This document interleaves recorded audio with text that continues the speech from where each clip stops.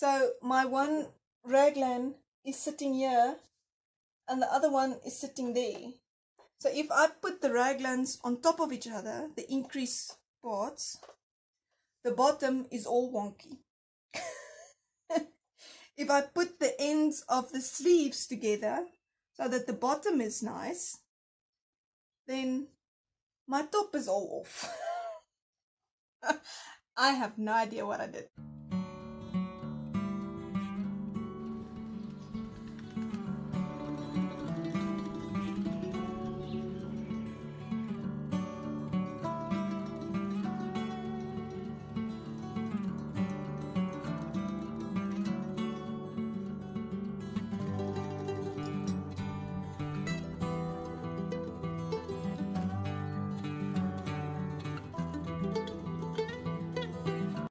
Everyone, and welcome back to the channel. Today is 21 February 2022. That's actually in the middle of the day, so it's very hot where we are at this moment, where I am living. Welcome back to the channel and welcome back to the 5th episode of the Crafty Stitches Podcast. I was quite amazed when I was writing the show notes for the podcast to see that I'm already on the 5th episode. Just flew by like that. Right, so thank you very much to everybody that's coming back. Thank you for coming back and sharing your time with me.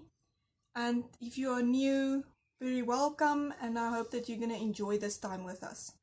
This podcast is about all of the crafts that I'm doing and what I'm learning from doing all of the projects. Wow, it's been 2 weeks. And a lot has happened in this 2 weeks. But I won't bore you with all the details. Something that I would like to share is that a few days ago, we actually found a little hedgehog in the garden. My husband actually saw the hedgehog and he called me because I've never seen one in real life before. So this was a new experience for me. So I just dropped everything I was doing and I ran out the door and I looked at this hedgehog, and it is so cute with its small little feet, and he's so small. And when I was looking at this hedgehog, I thought by myself, I didn't even take my phone. I can't take a picture. Anyways, and 2-3 days later, we were walking out in the garden again, and sure enough, there was the hedgehog. And I said to my husband, go get my phone. So I took a little bit of footage, and I'll pop it in after the podcast, and then you can just have a little look. It's very cute. The footage is a little bit shaky because I didn't have a tripod or anything with me. So yeah, it's just to show you the little hedgehog that we found in the garden. Very cute. Alright, so I've got some coffee with me. A cup of our own coffee that's roasted for us by an artisanal roastery nearby. And I've also got a bottle of cold water because it's very hot. But I love my coffee and I need my coffee. So I'm having coffee and water.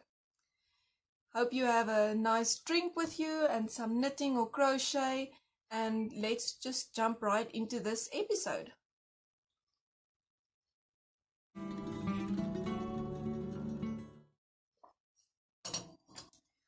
Okay, so I've got my notes here. If I'm looking down, you know I'm looking at my notes. My first finished object is my bamboo dishcloth that I made. Now let me just see. I cast on this side. So for the previous episode I was at the little progress keeper stitch marker, and I've knitted the rest, and I've bound off, and I've actually washed and blocked the dishcloth. It's a very simple dishcloth that I made. I just cast on 40 stitches. I knitted a little garter border, and in the rows as I go I just knitted a few stitches in garter and some double moss stitch to knit to pull, just to give it a little bit of texture. It is quite fluffy. I don't know if you can see that, but it's very soft, and like a good podcaster, I didn't use it before I have shown it to you on the episode, so I'll be using this and give you some feedback on what I think about it. I'm not sure if I have, well, if you're a returning viewer, you would know that I'm trying out new different fibers for making dishcloths, and I'm not sure if I still need some before I decide what I like best, but I will still give you my conclusion of what fiber I like the most when I get to that. So this bamboo is, let me just get the tag, is Venus Colors Serena, and this is the colorway Garnet. I used a 3.5mm needle, and I have used 21 grams to make this dishcloth. So if I like these, you would get, well, I would get 2 dishcloths out of 1 ball of yarn. I actually haven't measured it, so let's do that quickly and see how big it is. It is about 18 centimeters. It's about 18 centimeters broad, or the width, by 16 by 18 centimeters. So it's a nice size to wash with in your hand. Sorry if there is any noise. We have guys cutting our grassland at the moment, so, or actually they're not cutting anymore, they are raking the grass at the moment. So if you hear any tractor noise, it is that. Right. So that is my first finished object. My second finished object is actually sewing. I made myself a skirt. So what actually happened is I do love to sew. I've been sewing since I was 5 years old. I got my first sewing machine when I was 5. My dad bought it for me. My mom helped, and I made my first ever garment that I made for myself was a skirt. Obviously she traced it out and cut it out, but she assisted and I sew it together. But anyway, so I've always been doing a little bit of sewing, making some garments for myself and so forth, but I always battle with the patterns because I can never just take the measurements of a pattern, just take the measurements, just take my measurements and trace off a size. It never fits first time. So I always get a bit discouraged when I want to make something and I have to make it 2 or 3 times before it actually fits. And you know, it's a waste of fabric and stuff is not cheap. But anyway, so I was looking at a video from Chandi of Expression Fibre Arts. It's a video that was released on the 4th of February. I actually wrote it down. It was called How to Make Sure Your Knitted Sweaters Fit Perfectly. And in this video, she said something that was like a light bulb moment for me.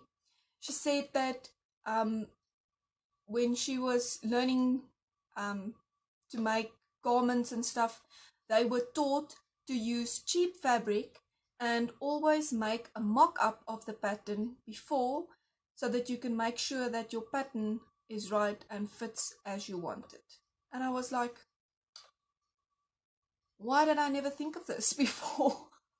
I always just take the fabric, cut out the stuff, and then it's too small or it's too big, and you have to fiddle with it here and make adjustments and try to get it to fit. And by the time that's done, I'm fed up. So I thought, okay, I don't have cheap fabric, but I can take fabric that I love less than others and try doing something for myself first. So with all of this in mind, I took one of the skirts that I love the most. It's got a zipper on the side actually, and it's not short, it's underneath, it's like 3/4 length, I would say. And I took the skirt and I do what everybody says you shouldn't do.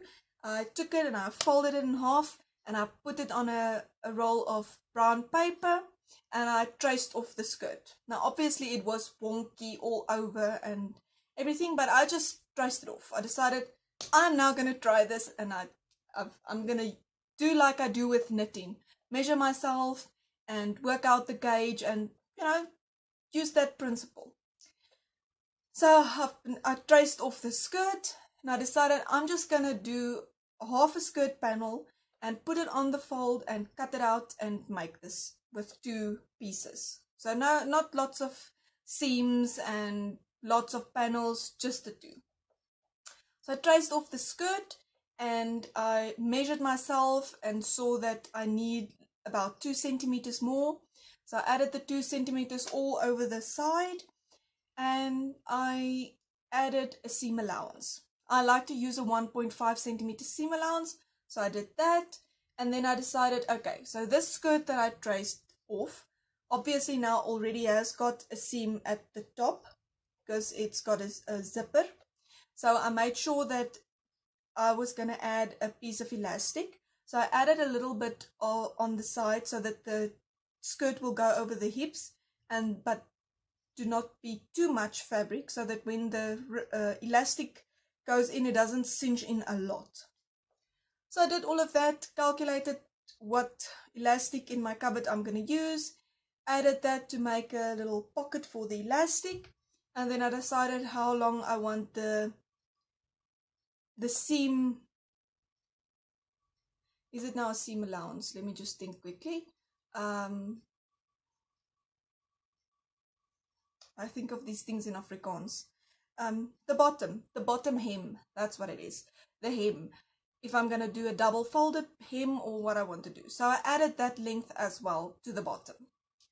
And actually, I can show you, it looks very bad.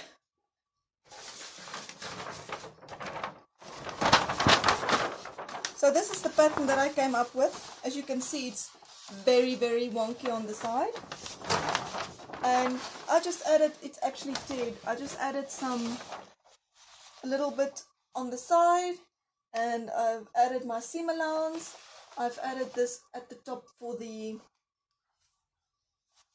elastic. And as you can see, I made a mistake. I shouldn't have done that. So at the end of the day, I actually cut that piece off. But anyway, so I put it on the fold, just folded this in because it was very, very wonky.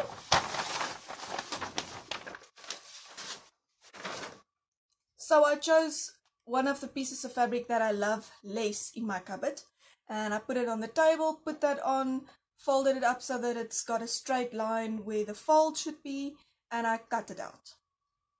And then I didn't intend to actually make the skirt work and to wear it, but that just accidentally happened and I've got a new skirt.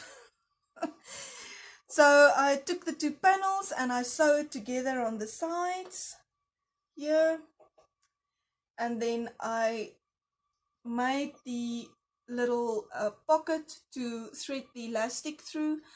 As you can see, it doesn't cinch in a lot, it's just a little bit, and it's not a very broad elastic, it's just a small elastic. So I put that in and I put on the skirt. No hem, nothing. And as I did show with the pattern, I did have a piece here that went up a little bit high, so I did have to cut that off to get the pocket to be folded, because otherwise it keeps going a little skew.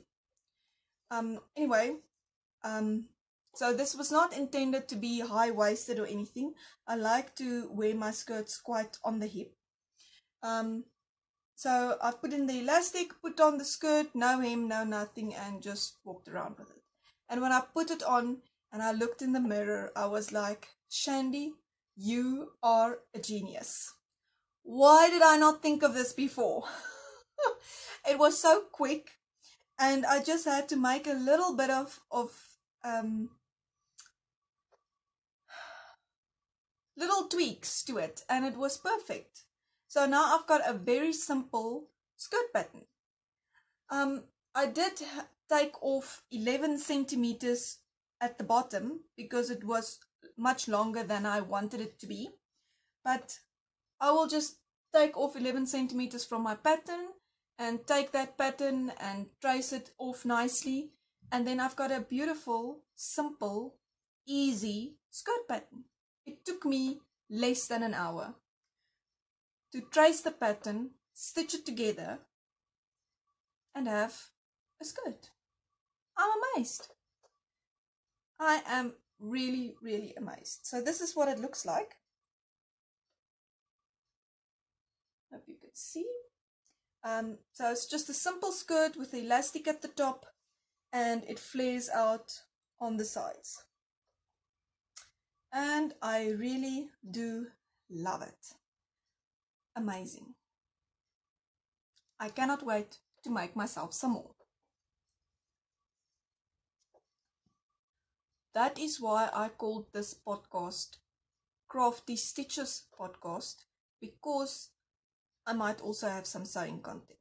So I hope that didn't bore all of my knitting and crochet friends. So let's jump into the third finished object. I'm just full of finished objects this week. Can you believe it? Oh, it's the first one, obviously. So I have finished my pair of socks. Let me just get this down here. Right, so in the previous episode, I finished the first sock, which was this one. And I have started my second sock, and that is, I was up to the marker in the previous one, and I finished all of this of my second sock. I did weave in these ends, but I decided to first show the socks on the podcast and then wash it before I cut it off. So it is weaved in, it must just get a bath, and then when everything is relaxed, I'll just snip it off. So this socks is also made toe up with the Turkish cast on, and I have made make one left and make one right for the toe increases, actually, and for the gusset increases that I made.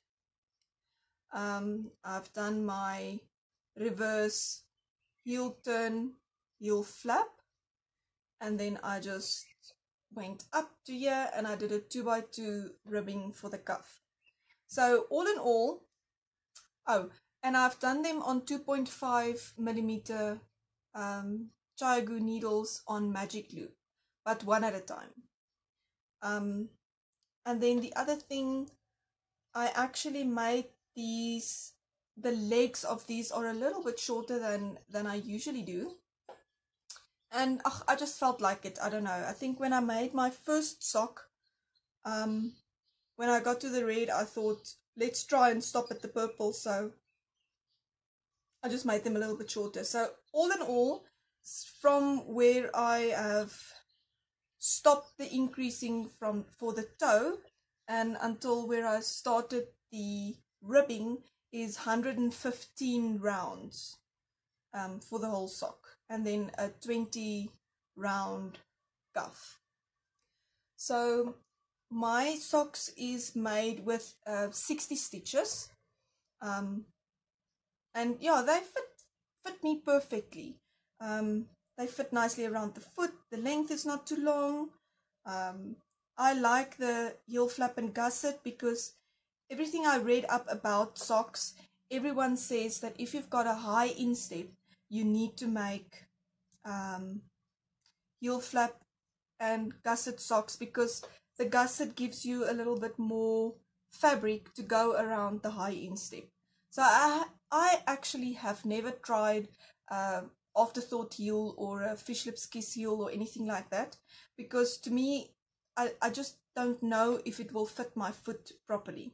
Maybe one day I'll be adventurous and try that, but for now I'm just sticking to what I know works, and I just really love knitting these socks.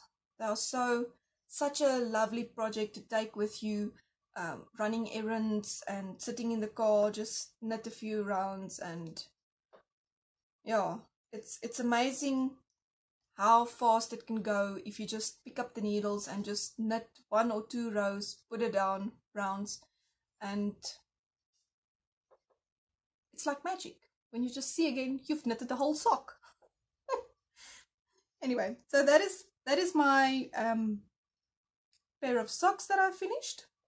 So now I have no socks on the needles. So I think I'll rectify that very soon.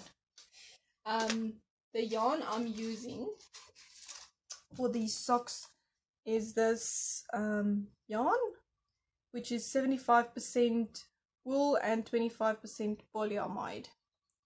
It's 400 meters on 100 grams, and yeah, that is the brand of this yarn. Then I wanted to show you as well, I made a 100-gram yarn cake cozy, which is my pattern. It is available on Ravelry as well as in my online store, and I popped it in here, and I've knitted these socks out of this yarn cake, and this is what it looks like after I've knitted a whole pair of socks. Everything is still in there. Yeah, it did pop out a little bit.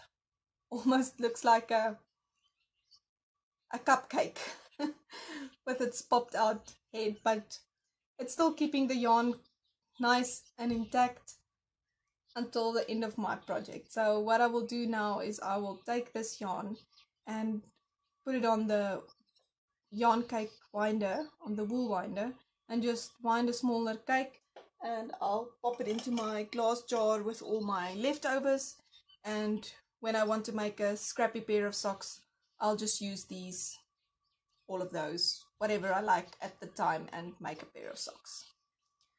But yes, that is the 100-gram yarn cake cozy. They really changed my knitting life. Knitting and crochet life. Keeping my yarns intact. Right. Whew, I am very chatty, it seems. Let me have a sip of my coffee.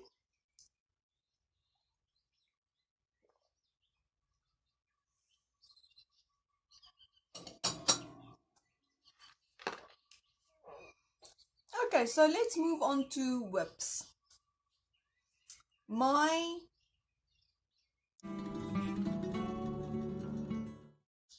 first whip is my Emiliana shawl, which I'm making for the Mosaic Mal 2022. And my first ball of the green is almost gone. So I will have to wind up another one to replace this one. Right, so let me see. When I recorded last, I was busy with the Mosaic band, and I had that many rows of the Mosaic band finished. I did add a lifeline to this work before I started the Mosaic band, and I'm very glad that I did, because the pattern suggests that because people work their color work at a tighter gauge, or most people work their color work at a tighter gauge, the pattern suggested that because you're working with 2 colors here, to go up a needle size. So to go up from a 4 to a 4.5 millimeter, which I did, and then I decided to add the lifeline because I wasn't sure what my experience will be, because I've never worked with two colors of yarn two colors at one time in knitting before. And I knitted that much of the mosaic band, and I recorded the episode, and I knitted about 2 or 3 more rows, and I sat down and I looked at it and I thought it is very, very open.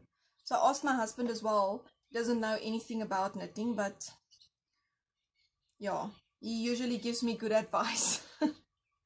And I asked him, doesn't this look very different to you? And he also said yes, it looks much looser.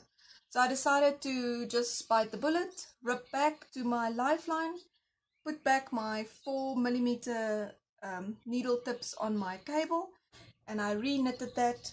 And I've actually now finished the 2 mosaic bands, and I'm now on working with the green only. So I'm not sure how to show this properly. Let me put it around my neck. Right, so that's what it looks like now. I'm now busy with this green part, and if I look at this in real life, I cannot really see the pattern of the band that clearly, like you can see in the pattern photo. And as I said, I cannot see that pattern that clearly if I look at it in real life, but I can see something is going on. So maybe my color choice wasn't the best, but I do love it, and I don't really mind that I don't see the exact pattern. I can see something's going on, and I enjoyed the process of making this shawl, and I do love the colors. I wanted it to be dark colored so that it can be warm, and yeah, I don't regret my yarn choice. I really love it, and I cannot wait to see what it looks like when the green is finished. It is quite nice and long, the point, as you can see, and we'll see what it looks like when the green is done.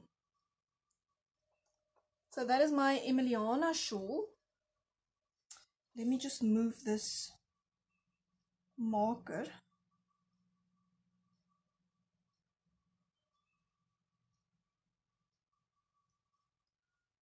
Before I forget. Okay, so that done, and then something else I wanted to share about it. Get it back in the bag. Something else I wanted to share is how long it took me up to now. I did not time the time that it took me to rip back and re-knit. I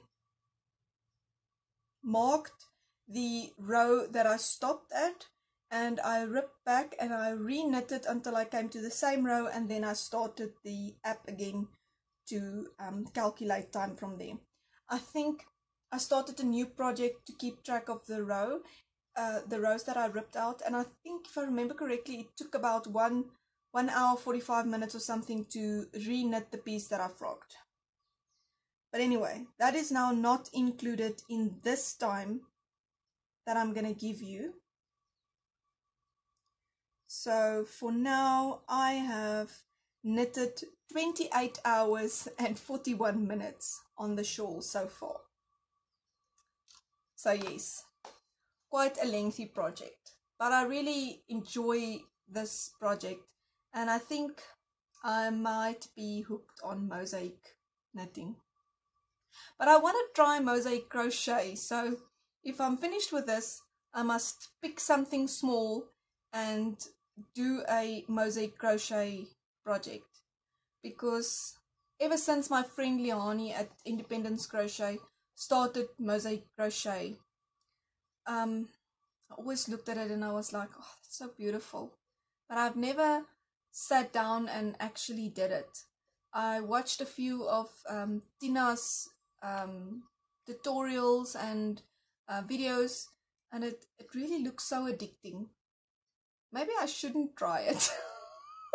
Then I'm not going to have enough time to do all of the things that I want to. But I have to try it. I'll try it in the future. I'm just not sure when. But I really do want to try. Really looks very fun to do.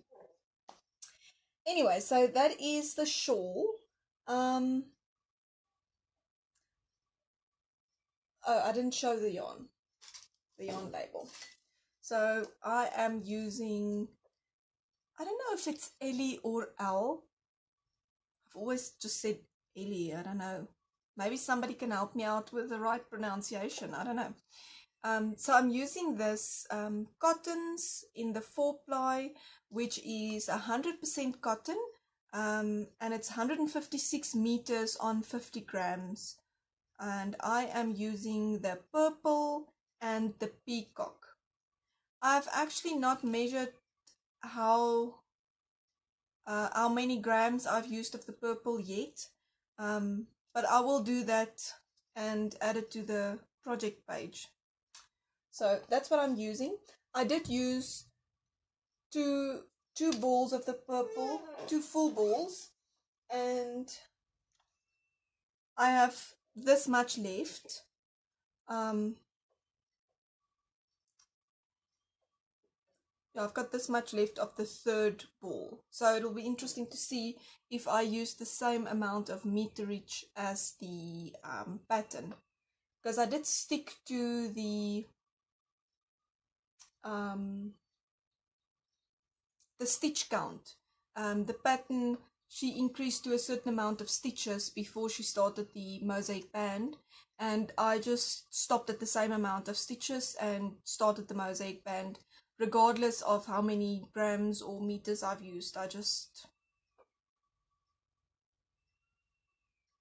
went wild and just did it. Anyway, so that is my Emiliana shawl. Right. My second whip is my summer crochet top, which is a little bit of a disaster at the moment. But I don't get depressed about something quite easily.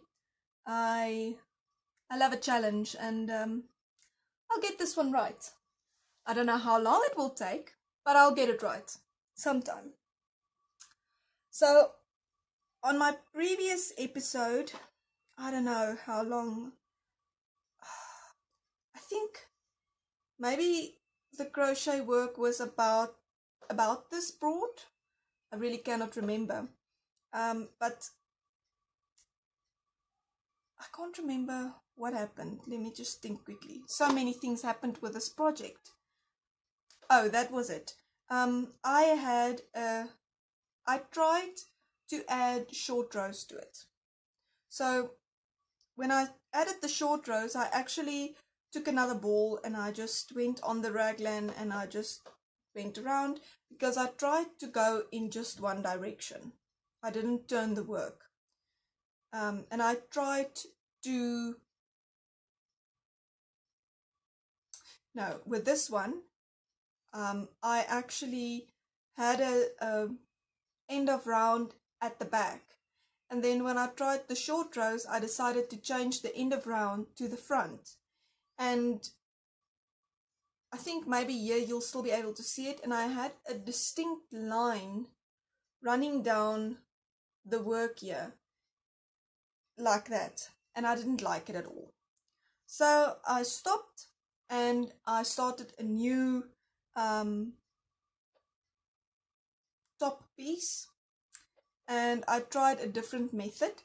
I decided, okay, in knitting, we just go spiral. So I thought, okay, let's try that. Without turning, and just go spiral. So my, so that's what I did. And then I still tried to do the short rows. So that's why I have all of these ends. So I did 3 rows of short rows, as you can see there in the front. I marked them actually. because I used loose pieces of another ball to do the short rows. So I just went from this side all around the back until there, and then I crocheted around all around, and then I did the same again, just a short row and then around again and another short row. But then what happened is, I don't know what I did with the raglan increases.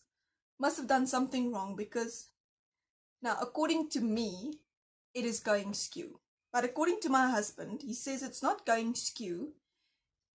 To him it seems like I may have made my increases in different spots, because the whole top is doing, I don't know, doing that. So my one raglan is sitting here and the other one is sitting there. So if I put the raglans on top of each other, the increase parts, the bottom is all wonky. If I put the ends of the sleeves together so that the bottom is nice, then my top is all off. I have no idea what I did, but I'm not discouraged. I'm still gonna win this battle. And so what I did is I stopped completely. I went back to the drawing board, which is my book, and I done calculations again and again and again and again, and I decided, let me just try something else. And I actually went on YouTube and watched a few videos, and one of the ladies said that sometimes swatching is not enough, just in the stitch pattern, and she suggests that I'll have to look it up and link it down below for you. She suggests that you should always do your increasing and decreasing. If you're going to do decreasing in the pattern, practice that as well in your swatch. So that's what I did, and I started to make this mini raglan top. Anyway, so it's not in the exact same stitch pattern as I started out with, but I thought, let me just practice a little bit first, because I've never done a raglan crochet garment before, and now I just wanted to dive into the deep end. And yes, my swimming abilities wasn't as good as I thought. Anyway, so I'm doing this now, a little swatch again. I'm not sure about raglan, crochet raglan. You know, when you knit a raglan, you increase 2 stitches, one on each side of your raglan. So you would increase one on this side of your front, one on this side of your back, one on that side of the raglan of your front, of your sleeve, and one at the other side of your sleeve, but every second round. Or if you want to do 2 increases, you would do it every 4th round. Now in crochet, I don't know if that's the case. Can you, if you have any knowledge about it, can you increase every 2nd or every 3rd round in crochet with your raglan, or do you have to increase in every single round as I did here? Because I did crochet a lot of baby garments in raglan before, and you actually increase in every round. So I'm not sure if that is the way to go, because if I work out these stitches, I get, I think, 40 or 60 stitches too much for my bust measurement when I get to the right length of the raglan. So how do you get over that? I don't know. But anyway, as I said, I'm not discouraged yet. I will still figure this out, and this will still become something. something wearable. So if you have any tips and tricks or know of anything that can help me out, please be sure to comment down below and let me know, or link a video or something that can help me out. I would really appreciate it. But I'm not quitting on this project yet. I'm definitely not quitting. I will try and try until I have no more power. Anyway, so that is my whole long story on that. For that, I'm using the Moya Cotton Piccolo in the colorway Periwinkle. Yes. And that's about all I can say about that. Alright, so what is next? I think next is a bit of coffee.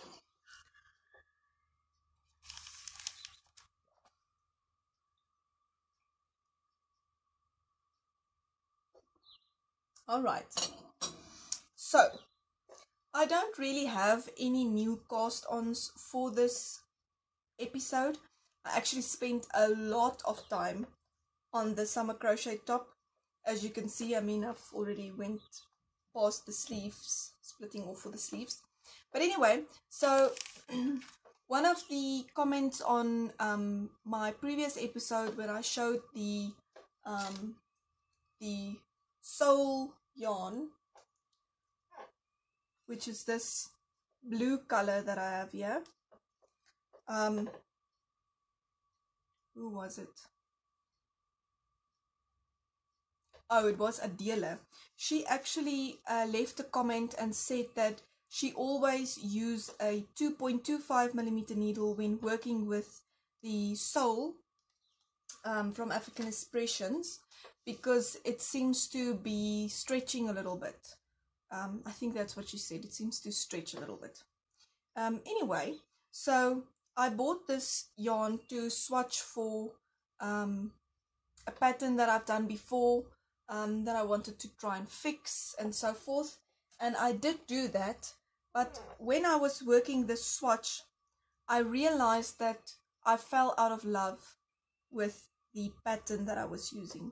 It is this texture pattern. It's like a honeycomb type of thing, but it's like a ribbing. It cinches in a lot, and you do need a cable needle to work this pattern. But while I was working it, I decided and realized that I fell out of love with the stitch pattern. So I just played around a little bit and worked up some other things and decided I had enough and pulled out my needles. So I haven't really came to a conclusion on a garment for this project. And then I decided maybe just make socks with it. Now this is actually not enough for a pair of socks. I don't know if it's wrongly labeled or what, because the label actually says that it's 100 grams with 400 meters of yarn on it, but it is not. It is 50 grams. So I would need another ball for a pair of socks. But anyway, doesn't really matter. That can easily be fixed with a little visit to a yarn store. So I actually listened to Adela's suggestion, and I decided, let me just swatch. Now, this is the second time that I actually made a gauge swatch for socks. I only once swatched before when I used a 80% wool, 20% nylon instead of my normal 75-25 mix. Because I did see once or twice on Nitty Natty's channel, Love and Stitches podcast, that she also mentioned that the fiber mixture makes the yarn more plump, and then your gauge is off. It's not the same. So you can't use the same amount of stitches because it doesn't work. Or you need to use a different needle size, or adapt your stitches. So for my husband's socks, I always make a 68 stitch sock. I actually brought the last pair of socks that I made. I brought one of the socks. It was just a scrappy sock. It's been worn quite a few times, so it doesn't look its best. It's got a lovely halo. But anyway, so I took this sock and I cast on with my Chandi 2.5mm needles. Just worked in stocking stitch. You'll see I don't have that on anymore, but anyway, let me just put this down. So I cast on with my 2.5mm needles, 68 stitches. I decided I love knitting socks so much, so I'm not gonna battle with putting the yarn around the back and having lots of strings. I'm just gonna cast on the 68 stitches, true to size, and see what it looks like. So yes, it is quite too big. So when I measured this, I don't know how it will look now because the bottom part is smaller, but when I just measured it next to the sock, it was about like that much. Oh my goodness, it was about that much too much. The fabric was too much, it was too big. So I didn't actually measure the stitches per inch. I just put it next to the sock and saw, because on the third round I could already see that it's too big. But anyway, I just continued a little bit and I've knitted that, and then I knitted a pearl bump row, and I came rummaging through my cupboards, and the only thing I could find that was smaller than 2.5mm is these DPNs. Now these DPNs are very old. I actually inherited my husband's late mother's knitting stuff, and he used a tool and measured all of these needles for me because there's no sizing on them. And this is the nearest I could get to 2.25mm, but this is 2.3mm. So I'm not sure if it was maybe like a UK or UK would be millimeters, a US size or what it was, but this actually measures 2.3mm. And I have 6 of them, but I'm just using 5. I'm not the biggest fan of DPNs, but for my test, this is fine. And then I switched to the DPNs, and I started knitting the 68 stitches in stocking stitch as I would normally for the socks. And now I'm getting the right size for the socks. So thank you, Adela, for taking the time and telling me to size down with my needles for this yarn, because it could have happened that I just cast it on and just knit 2 at a time socks halfway and then realize that it's too big. So I will definitely have to or knit this on DPNs or try and find myself a 2.25mm needles. I would like to try 9-inch circulars, but I can't decide if I want to try the Adi Sokkenwunder with the one longer tip than the other, or I want to try the Chandi. I don't know. And then the second problem is to find it in a 2.25, because I remember in one of Jalin's podcasts, the Lekker podcast, she also tried to do the 9-inch circulars, and she actually bought Chandi and Adi, and I think if I remember correctly, she bought a 2.5mm Adi because she couldn't find a 2.25mm circular, 9-inch circular. So I'm not sure if Adi actually makes 2.25 9-inch circulars. I've seen that they do have a 2mm 9-inch circular, but I'll still decide what brand I'm gonna try, and maybe in the meantime I'll just use the DPNs. The only downside for me to using DPNs is that I do sometimes get a little bit of laddering with DPNs. I don't ever get it with magic loop, but with DPNs I do. I must be very careful on how I do the needles. Are they on top? Now this, I've tried having the needle that I'm working from on top of the others, and that seems to help a little bit with my laddering. But anyway, so the only downside, two downsides with DPNs, is that I might get laddering, and then if I see that happening, I just switch my needles a little bit. So I would take 2 or 3 of these stitches and put it on the other needle, and not have all of the ends match up and stack up. I don't get laddering. It just looks a little bit uneven, but it's not that noticeable. The other downside for me with DPNs is that it's not such a good errand knitting project, because I do tend to drop the other DPN sometimes, and then it's in between the car seats and a whole big story. But I might do the socks on the DPNs for now.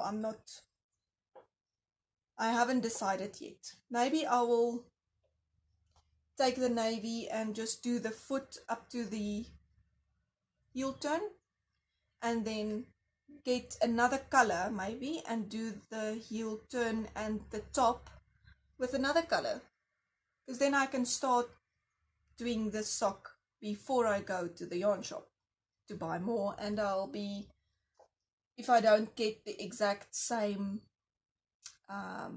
lot number, then I can just use another color.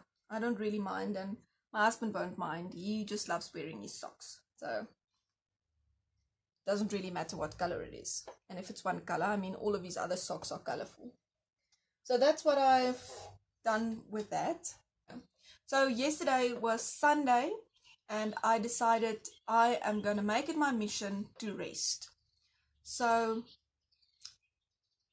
I was resting and sitting on the couch, and I thought, what will I knit on? And I just grabbed some leftover yarns from my Tunisian top-down sweater, and I decided I'm just going to play a little bit with color, two-color stranded knitting.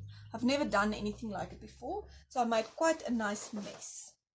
Because with that, I did do it in the round, and yes, I have quite a lovely mess.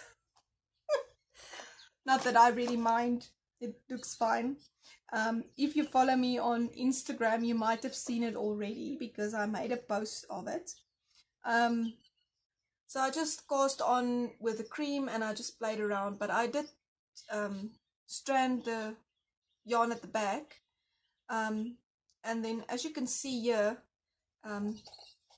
Natalie of Knitty Natty, the Love and Stitches podcast, was talking about color dominance and how you would need to always keep one color on this side and one color on that side,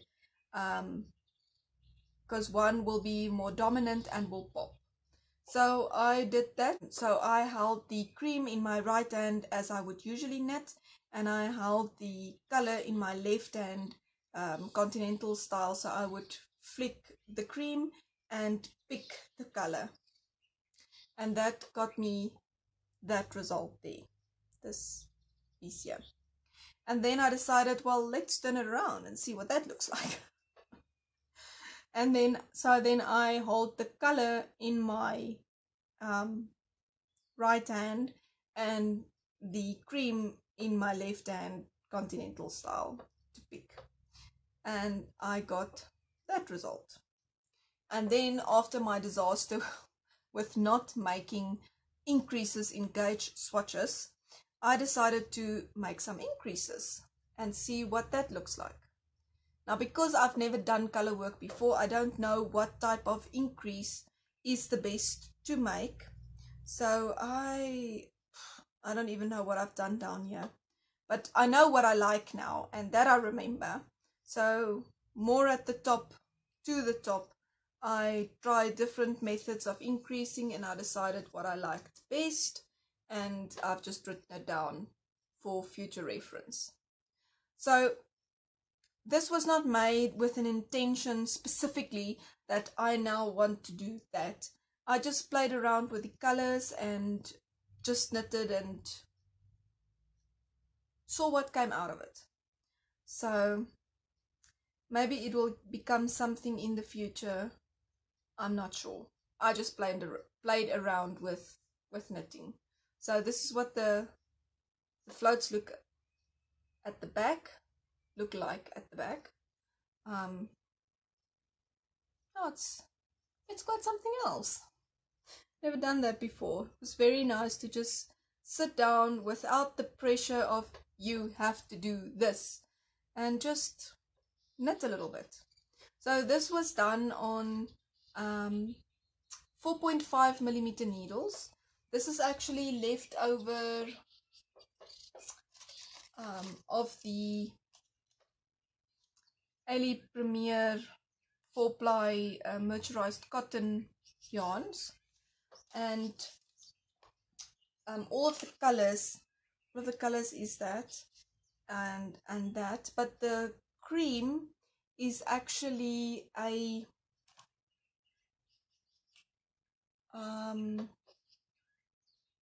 it is a Coats Crochet number 5 cotton yarn. It is a little bit thinner. The yarn is a little bit thinner than the Ellie Premier 4-ply, but doesn't seem to make that much of a difference. I mean, if you want to make a project with it, just stick to the same things that you have in your gauge swatch, and I'm sure you'll be fine. But anyway, so I liked the way that the cream color framed the colors. But anyway, I'm just rambling on here about a swatch that I made on a Sunday afternoon for no reason or purpose at all. So that is what I did for Scrappy Sunday. Alright, let me just have the last sip of my coffee, which is now icy cold, and then we can go into shop news.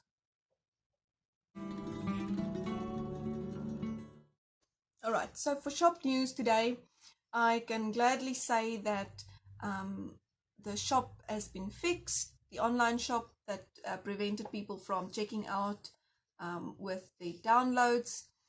So we got that fixed after about a week. But anyway, so that is fixed, and I'm very glad that that is working.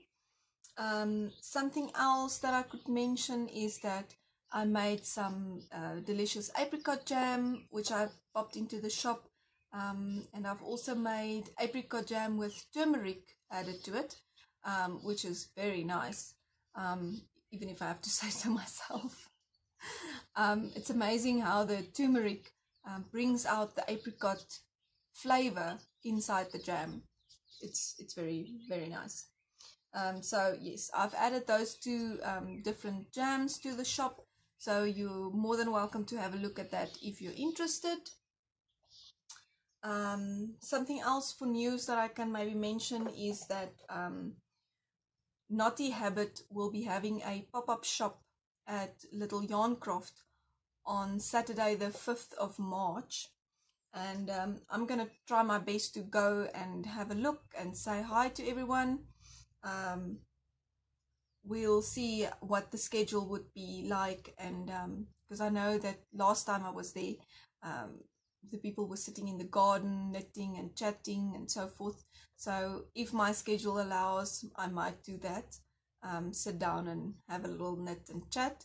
But if the schedule doesn't allow for that, I'll just pop in and say hi to everyone and maybe get a skein of yarn to come home with me. We shall see. So yes, that is all that is upcoming, and that is about everything that I have for you today project wise. I have talked a lot today.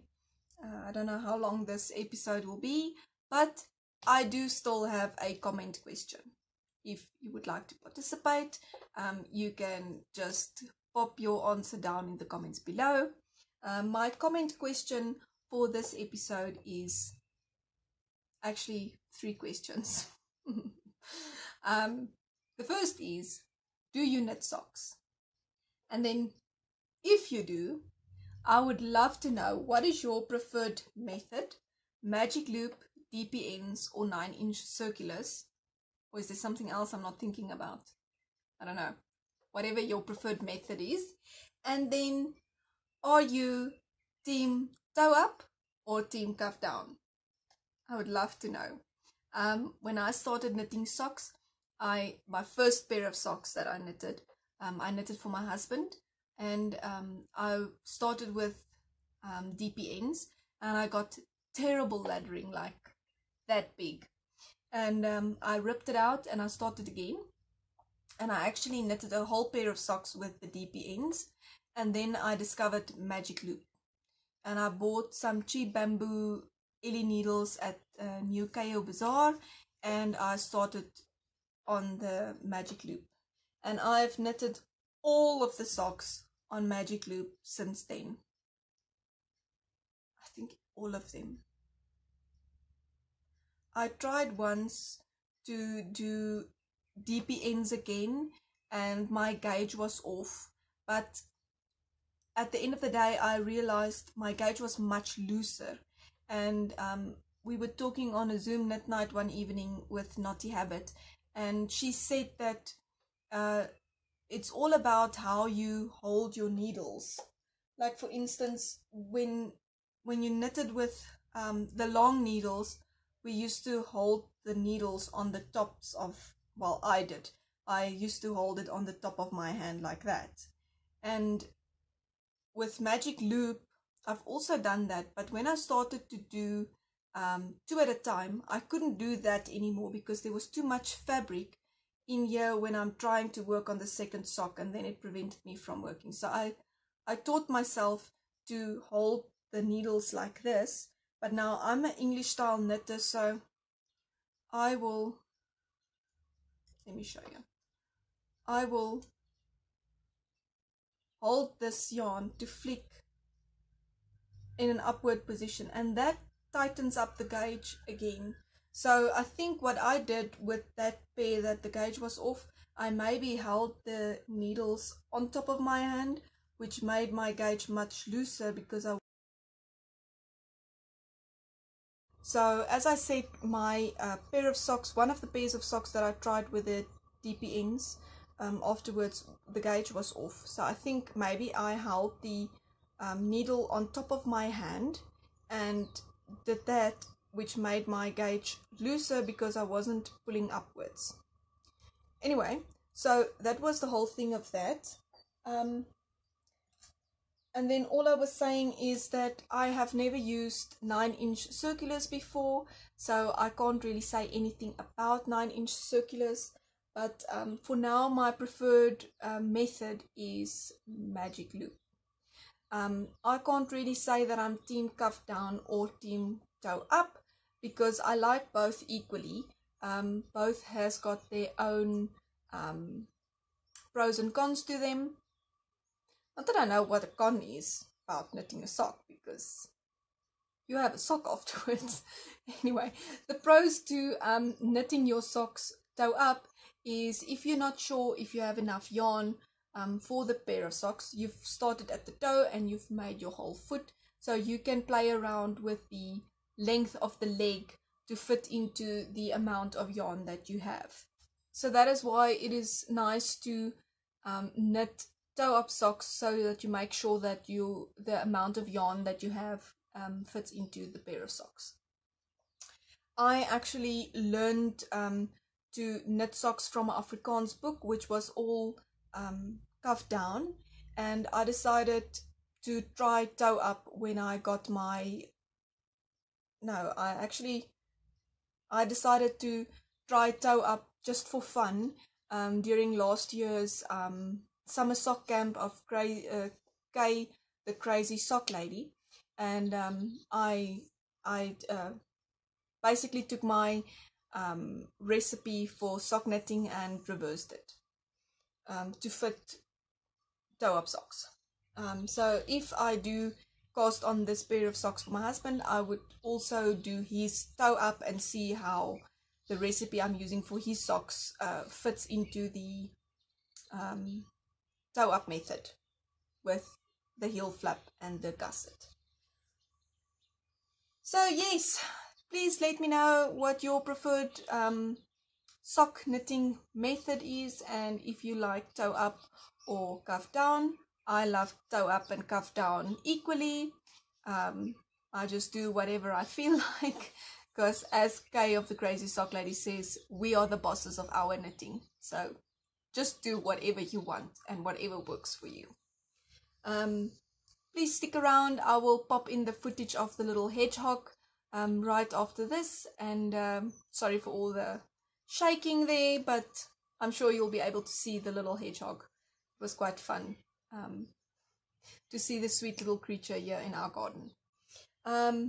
Anyway, that is everything that I have for you today. Until next time, happy crafting. Bye!